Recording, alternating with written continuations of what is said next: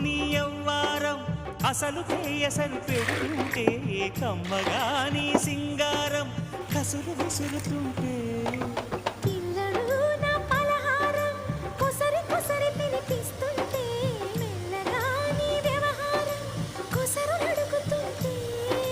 చిన్ననాడే అన్న ప్రసనయ్యిందో కన్యదాని వన్నె ప్రసనవ్వాలో అమ్మ చేతి గోరు ముద్ద తిన్నాను అందగాడి గోటి ముద్ర కావాలో